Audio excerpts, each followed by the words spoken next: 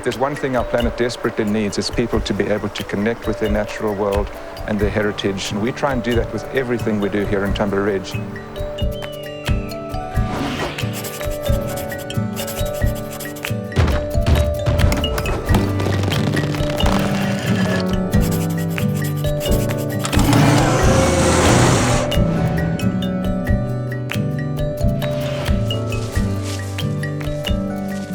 Tumbler Ridge is a beautiful, remote little community of just 3,000 people in northeastern British Columbia. It's British Columbia's youngest, therefore newest community. It was created out of nothing in the early 1980s entirely because of the metallurgical coal that occurs here. And we've been through huge ups and downs with coal mines coming and closing and coming and closing. We've got a fairly big UNESCO Global Geopark. It's about 8,000 square kilometers. And there are two arms that have allowed us to get this coveted designation. The one is 100 kilometers of hiking trails that go to these beautiful geological sites, all with a geological story to tell. And the other one is the Tumbler Ridge Museum Foundation with the Peace Region Paleontology Research Center with all the dinosaur and other fossil heritage which we have discovered here.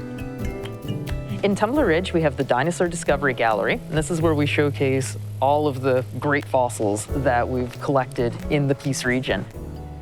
And we also have examples of Tumbler Ridge's favorite, the Ankylosaur, the armored dinosaur. We have several footprints of that out on display. And we also have on display a very small sample from our Tyrannosaur trackway. It's the world's only Tyrannosaur trackway, and we have just enough room to fit one of the footprints into one of the cabinets for people to see, and it is a massive footprint. I got involved with Tumbler Ridge as a result of two boys finding a trackway. That led to the discovery of a dinosaur excavation site, the first dinosaur bones in British Columbia. That's how we built the museum, is because of those bones. Everyone was predicting ghost town status for us. It was such a serendipitous discovery, and as a dad, I just realized, maybe the kids have got an opportunity to do something cool here. The public component of the museum is the tip of the iceberg. So the collections is really massive. It is the only type of collection of its kind in the province of British Columbia.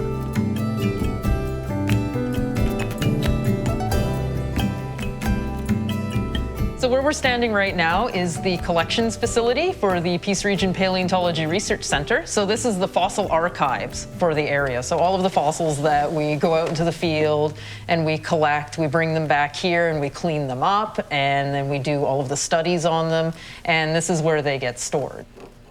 I want people to look at paleontology and fossils specifically and not just say, oh, it's just some dusty old bone on a shelf. I want them to be in awe of this millions of years old specimen that they're looking at and go, wow, that is part of our past. This is part of my story. I want people to get more connected with paleontology.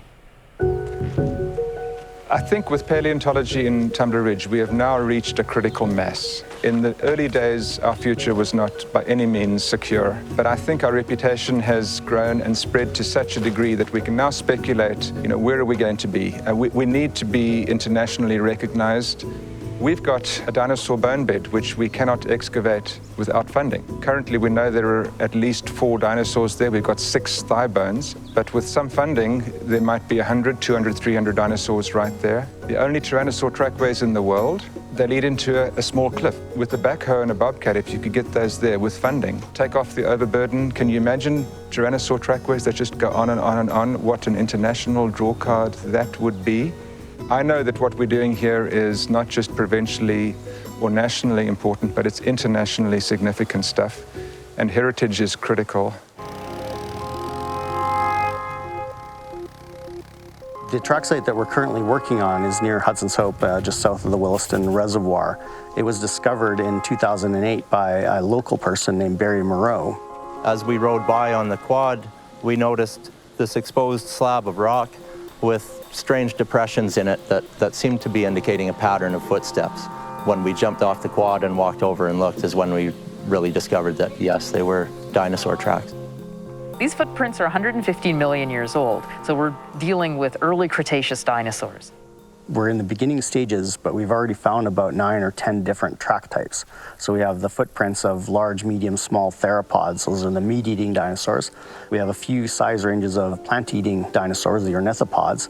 And we have at least one sauropod trackway. And we may have possibly traces of things like birds and maybe some other smaller animals like that. The plan this year is to excavate as much of the 6,000 square meter area as possible. The very first thing that we do is we have to clean off the site. We have to get all of the extra crud off of the surface. Step 2 is, once we've uncovered the surface, is to give it the big brush off. So we sweep all of the debris off of the surface so that we have a nice clean slate to work with.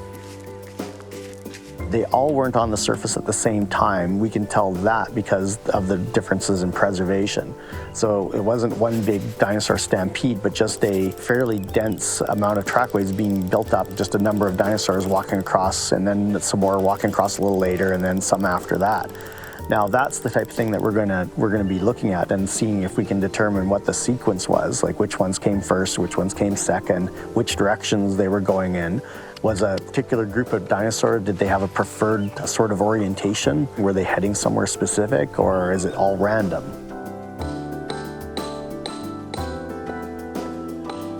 For the past week, we've had visitors from many different parts of the world. These are all people who are interested in various aspects of dinosaur footprints, and especially early Cretaceous dinosaur footprints.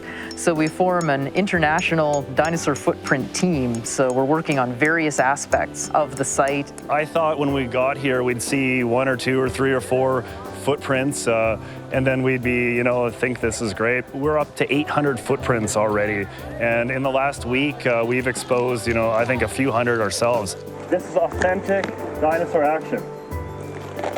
I'm totally blown away. I didn't think I'd ever see anything like this, and just the diversity of different animals that are here, the different types.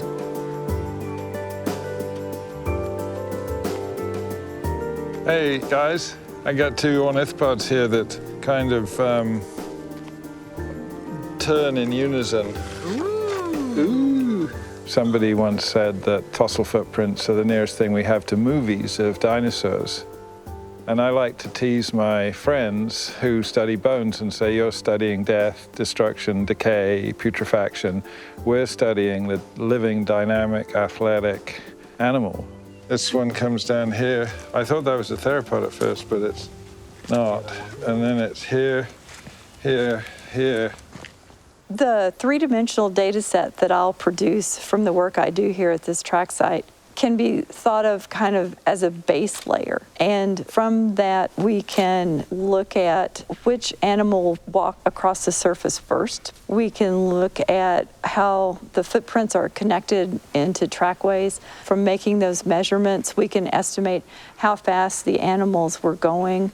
One of the standard things we say about footprints is that they represent the animals that actually came into this area. Sometimes if you find a dinosaur skeleton, it may have been washed hundreds of miles down a river, it may have been scavenged and transported around. You don't know how representative it is. On July 8th, we had an unveiling of the dinosaur track site, and this was to raise awareness of paleontology resources that are in the Peace region, and specifically this site. Thank you to everybody for coming, and we're going to be working on this site probably until mid to late August. So anybody that feels like coming out and just checking out the site or working with us, you're more than welcome.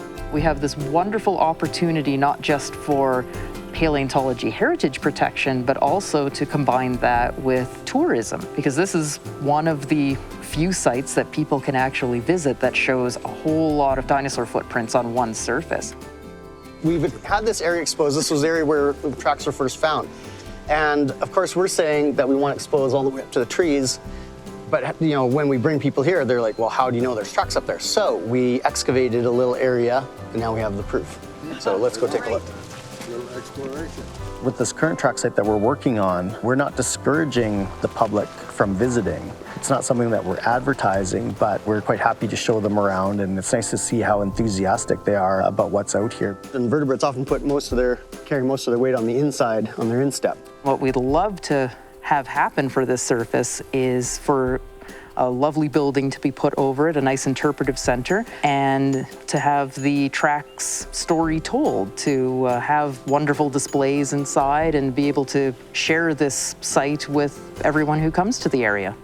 It's fascinating because these are animals that just aren't here anymore, but they left such a huge impact on our planet. And they were just like any other animal that was around today, all the cougars and the moose and the bears, and interacting with their environment and leading their lives and having their impacts, and just being able to tell their story and be part of preserving them and making that story available to the public. It's humbling and a great honor all at the same time.